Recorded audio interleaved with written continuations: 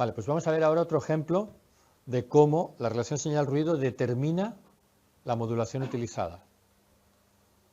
Un ejemplo también muy de todos los días, que es el ADSL. Para ver eso, pues primero vamos a describir un pelín cómo funciona el ADSL, cosa que en principio debería de haber ido a la parte física, pero bueno, como no lo hemos visto allí, lo vemos ahora. Como todo el mundo sabe, el ADSL utiliza el bucle de abonado, que se llama, es decir, el hilo telefónico que te llega a casa de toda la vida. O sea, cuando tú contratas un ADSL, normalmente la compañía telefónica no te instala un cable nuevo, usa el de siempre. Y con un poco de suerte, pues tu ADSL va. Si no va, en el mejor de los casos puedes conseguir que la compañía pruebe con otro par que esté libre, otro bucle de abonado que esté libre en ese momento. Lo que no hace es ir el camión con el cable nuevo para atenderlo hasta tu casa. Sería ruinoso, ¿vale? Para la compañía telefónica. Entonces, en principio intentan utilizar lo que hay. Y lo que hay a veces lleva muchos años instalado, porque las redes de las compañías telefónicas pues tienen una historial muy grande y normalmente mientras funcionan no se cambian, porque claro, cambiar aquello cuesta dinero. La instalación cuesta cara, el cobre cuesta caro y aquello tiene muchos kilómetros. A veces se han hecho estimaciones de que el 80% del valor de las compañías telefónicas es el cobre que tienen tendido por las calles, el 80%. ¿Vale? Entonces todas las compañías telefónicas intentan en la medida de lo posible, primero, reutilizar lo que tienen, segundo, solo si es imprescindible hacer tendidos nuevos, y tercero, cuando hacen tendidos nuevos, hacerlos lo mínimo necesario para el servicio que se pretende. De forma que, en general, cuando tú contratas una conexión telefónica, te van a dar un cable que lleva mucho tiempo y que tiene una historia pasada, que a lo mejor ha sido utilizado por otros clientes previamente. De forma esquemática, supongamos que soy yo este cliente nuevo que me acabo de dar de alta con mi operador. Cuando digo me acabo de dar de alta, me acabo de conectar físicamente a la red, no dar de alta una conexión ADSL, sino la conexión física de telefonía la acabo de contratar, me asigna un par que ha encontrado que estaba libre y ese par pues resulta que antes sirvió para conectar a un señor que vivía por aquí y se quedó este cable conectado que ahora ya está cortado aquí, pero ahí se ha quedado. Aquí hay otro señor que también se conectó en su día y además el cable que yo estoy usando va por una calle secundaria que está conectado a otro cable más grueso que va por una avenida principal y el par está asignado a mí, pero el cable de la avenida principal no termina aquí, sigue hasta el final de la calle. No conecta a nadie allí. O sea, esa es un poco la idea, ¿no? O sea, no es un hilo directo. La importancia de esto es que no estamos hablando de un hilo directo que va de la central a mi casa, sino que es un hilo directo que va de la central a mi casa que tiene muchos ramales que no van a ningún sitio por ahí colgando. Y bueno, no pasa nada. Bueno, no pasa nada a 3 kilohercios, porque la conexión de telefonía convencional, analógica, va en banda base, va en los de 0 a 3 kilohercios.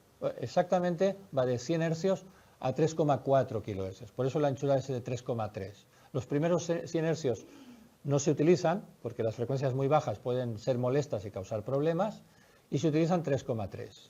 Como detalle un poco al margen, la elección de por qué 3,3, siendo que el oído puede oír hasta 20 kilohercios, fue por economía. Porque para que la gente se entienda por teléfono, basta con 3 kilohercios o con 3,3 de anchura de banda, no necesitamos más, salvo que quisiéramos oír a una soprano en alta fidelidad cantando por el teléfono, y no es el caso. Y además, el de reducir el ancho de banda, aparte de que permite meter a más conversaciones en el mismo ancho de banda, porque solo nos ocupan 3 kilohercios, las hace mucho más resistentes a las distorsiones. O sea, una persona hablando con un ancho de banda reducido, se le entiende mejor si se distorsiona la señal que si nos habla con un ancho de banda mayor, con alta fidelidad. Con lo cual, ventajas por todos lados para las compañías telefónicas. Perjuicio para el usuario, porque lo oye peor. Pero esto fue un diseño minimalista. En su momento lo que se pretendía es que la gente se entendiera hablando por teléfono, no que le diera gusto oírse, por decirlo así, hablando por teléfono, ¿vale? De hecho, por eso también cuando nos hablamos por teléfono con una persona que es la primera vez, casi tenemos que volver a reconocer su timbre de voz, porque es diferente del que le oímos en directo, ¿vale? Por esas reducciones en la anchura de banda. Bueno, la cuestión es que cuando funcionamos en telefonía analógica con tan solo 3 kilohercios, estas bifurcaciones que nos han quedado por ahí no tienen ninguna consecuencia. Y la compañía telefónica tan feliz, el abonado también, ¿vale? Y todos contentos. Ahora, resulta que aparece la ADSL y decimos, queremos hacer conexiones a altas frecuencias. A esas altas frecuencias, todas estas cosas les sientan fatal. Para las altas frecuencias, lo ideal sería un hilo que empezar aquí y acabar aquí, y nada más, ¿vale? Pero todas estas cosas y esta de aquí, muy mal. Vamos a tener problemas. Ahora veremos cómo los arreglamos. Bueno, entonces, el usuario ahora contrata una conexión ADSL en su casa.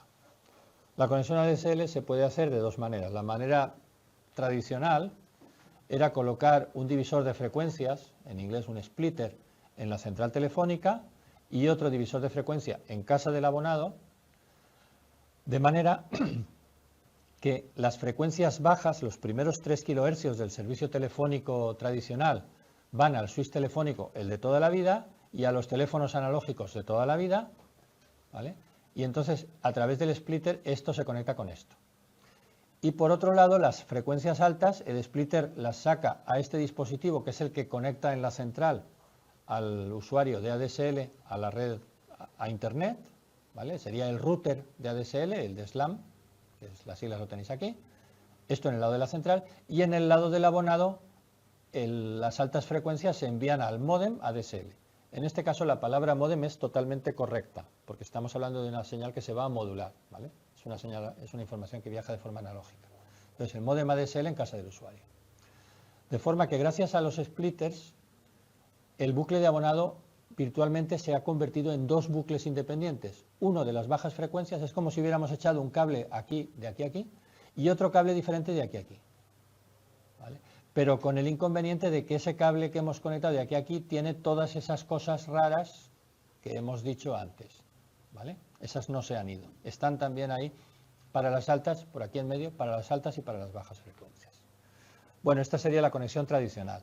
Como resulta que para hacer una conexión de este tipo, el instalar el splitter en casa del abonado no era una cosa que el abonado pudiera hacer de forma autónoma, no era autosuficiente, tenía que ir un operario de la compañía telefónica a instalar el splitter. Coger la furgoneta, ir a casa del usuario, el usuario está, no está, el operario se va a almorzar, vuelve. Al final, la parte cara de una instalación de ADSL era el viaje del operario a casa del abonado a instalar el splitter.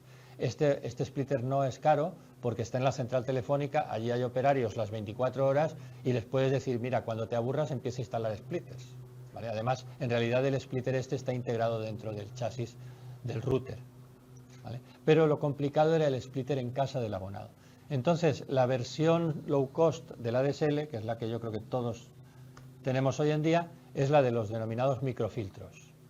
Los microfiltros son filtros de las altas frecuencias que le pones al teléfono y que evidentemente le quitan las altas frecuencias que usa el ADSL y que le pueden sentar mal y hacer ruidos raros, ¿vale?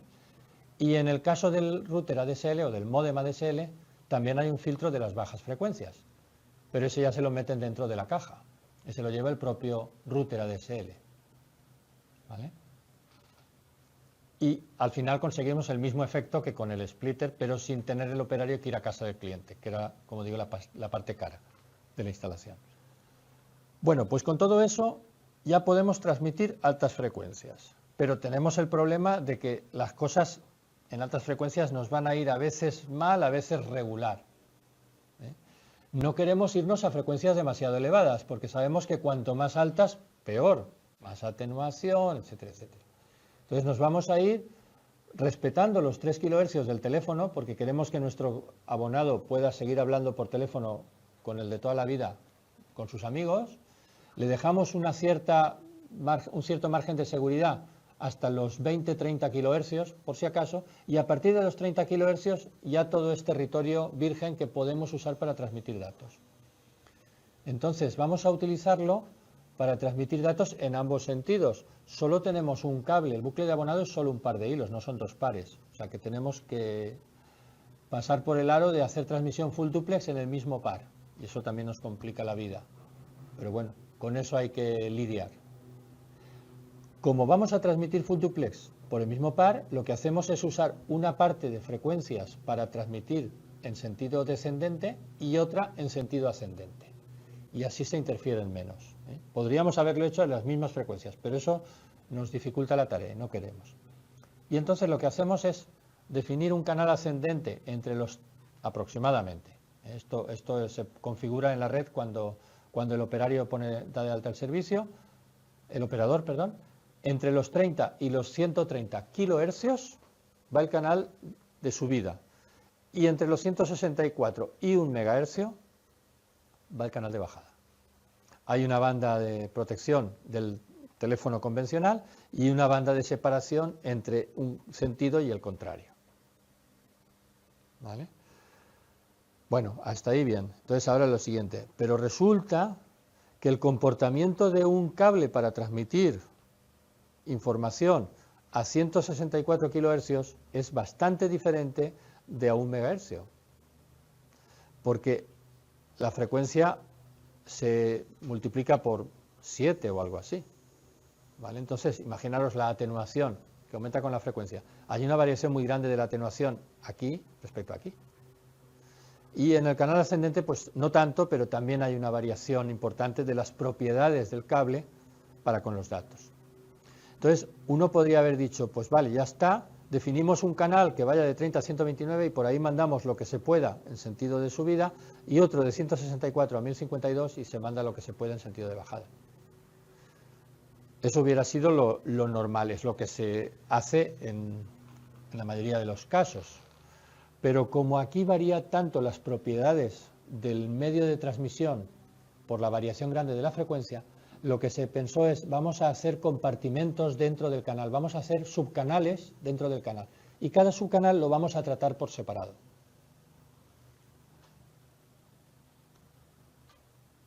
Esta es la idea. ¿Vale?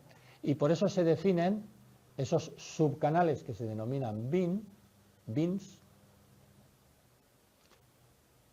todos ellos de 4,3125 kilohercios y numerados del 0 al 255. Si multiplicáis 255 por 4,3125, el número que os sale es la frecuencia máxima utilizable en ADSL. ¿Vale? Y esos 255 bins se van a usar. El primero para la telefonía. Los 6 siguientes no se van a utilizar. Los números son orientativos. Ya digo que esto lo configura el operador cuando pone el servicio en la red. Pero aproximadamente estos corresponden a la realidad. Los 6 siguientes se mantienen como banda de seguridad para no molestar a la telefonía convencional. Del 7 al 29 aproximadamente se van a dedicar al tráfico ascendente. Después hay una banda de seguridad de 9 canales y del 38 hasta, en este ejemplo, el 243 se utilizan para el canal descendente. El número total de bins, ya digo, es exactamente 255. ¿Vale? ¿Y qué pasa a continuación? Que luego se va a negociar la velocidad para cada uno de estos bins por separado. Entonces, en la anchura de 4 kHz, 4 y pico, el comportamiento en atenuación y los problemas de interferencia van a ser mucho más semejantes que en una anchura de 100 o de 800 kHz. ¿Vale? Y entonces, suponiendo que la variación en la relación señal-ruido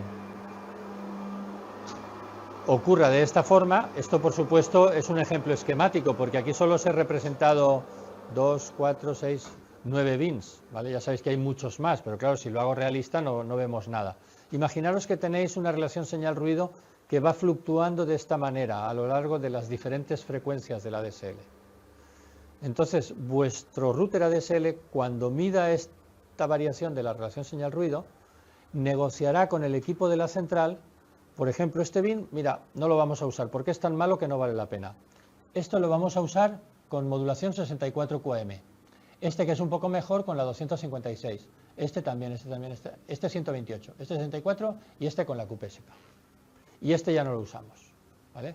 O sea, negocian lo mejor que se puede obtener de cada trocito del espectro. ¿Vale? Eso se puede hacer gracias a haber compartimentado toda la banda de esta manera. Si se hubiera hecho todo a mogollón, pues entonces a lo mejor estos que están aquí y que son malos habrían estropeado el rendimiento para todos los demás. ¿Y esto en la práctica cómo se hace? Pues el tema también tiene su aquel, y cuando uno ve cómo funciona, la verdad es que le sorprende que aparatitos de 30 euros consigan hacerlo. Cuando encendéis en casa vuestro router ADSL, bueno, suponiendo que esté conectado, o cuando lo conectáis a la red de telefonía, lo que hace es mandar una señal de prueba al equipo de la central, y el equipo de la central también le contesta con una señal de prueba. A través de esas señales de sondeo que se intercambian, ellos pueden determinar cómo varía la relación señal-ruido en todo el espectro de frecuencias que van a utilizar. Y de acuerdo a lo que perciben, negocian utilizar la eficiencia en bits por símbolo más adecuada en cada tramo, en cada bin, de los bits que tienen configurados, porque el operador así lo ha decidido, para el sentido ascendente y para el descendente. Los rangos de bits, eso no es negociable, eso está fijado de antemano. ¿Vale? Y a partir de ahí empiezan a intercambiar datos, con la velocidad que le permitan los bits y al límite que el contrato con el operador te ha fijado. Claro, si tú tienes una ADSL de 4 megas, aunque la calidad del bucle de abonado sea estupenda y te permita transmitir 12 megas, vas a quedarte en 4 megas, porque eso está configurado como máximo. Lo que puede ocurrir es que tengas contratados 8 megas y la calidad del bucle no permita llegar a 8 megas. Te permita llegar a 6, pues evidentemente te vas a quedar con 6, aunque estés pagando 8. ¿Vale? Ahora, esto es un caso ideal. En el mundo real, el bucle de abonado, ya digo, no es un hilo solo de la central al usuario. El mundo real es mucho más complejo y desagradable, desgraciadamente. Entonces, cuando hacen en el mundo real esa medida de la calidad señal-ruido, se encuentran que en algún sitio la calidad baja considerablemente, probablemente por consecuencia de alguna de esas derivaciones que han quedado colgando y que provoca unos comportamientos no lineales, unas resonancias a ciertas frecuencias que coinciden con los metros del cable, la longitud de onda, etcétera, etcétera. Estas cosas parecen muy caprichosas. Al final siempre hay una explicación científica, ¿vale? Pero a veces casi vale la pena ni averiguarla, porque te quedas igual, dices, vale, y era por eso, ¿y qué? Pues nada, con eso te quedas. Lo que no va a hacer ningún operador es cuando tú te quejes de que el cable, que la conexión ADSL no te va, investigar tu bucle de abonado a ver dónde hay un ramal que se le quedó olvidado de no sé qué. En el mejor de los casos te cambiará a otro par libre a ver si hay suerte y en ese ya te funciona.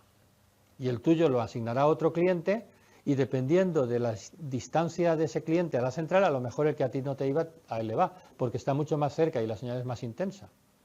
¿Vale? Todos estos factores, ya digo, son muchos, complejos y no son cuestiones aleatorias, pero a veces lo parecen. Aquí os he puesto a modo de ejemplo otra posible interferencia que es una emisora de onda media, porque estamos hablando de un rango de frecuencias que entra dentro de la AM. Entonces, si tienes la mala suerte de que hay una emisora comercial de onda media que emiten con bastante potencia cerca de tu casa, pues te va a meter una interferencia en cierta zona del espectro, la frecuencia de emisión. ¿Vale? Entonces tienes aquí dos defectos, esto debido a la derivación, esto debido a la emisora de onda media. Consecuencia de estas cosas, cuando negocias con el otro, concluís, pues este bin, mira, lo vamos a usar poquito y gracias porque no podemos hacer más con él. Y este otro bin directamente lo suprimimos, porque es tan malo que no vale la pena. ¿Vale? Este comportamiento selectivo de aislar bines defectuosos, por decirlo así, ha sido posible gracias a esa compartimentación. O sea, esto es un poco por haceros una analogía. Imaginaros que tenemos goteras en el techo y estamos en un desierto, tenemos que recoger agua y ponemos palanganas aquí abajo para recoger todo el agua que podemos. Pero hay alguna de las goteras que tira agua sucia. Pues en vez de poner una palangana grande que nos recoge todo el agua junta y nos está ensuciando y estropeando el resto del agua, vamos a poner palanganas más pequeñas y la que recoge el agua sucia pues directamente la tiramos. ¿Vale? Esa es un poco la idea. Es no mezclar lo que es sucio con lo que es limpio. Intentar compartimentar. Y eso es lo que hace el ADSL. ¿Vale? ¿Hasta aquí preguntas? Bueno, pues ahora para que veamos un ejemplo de la vida real de estas cosas. Sí. Una pregunta tonta antes, a ver si se te olvida poner al teléfono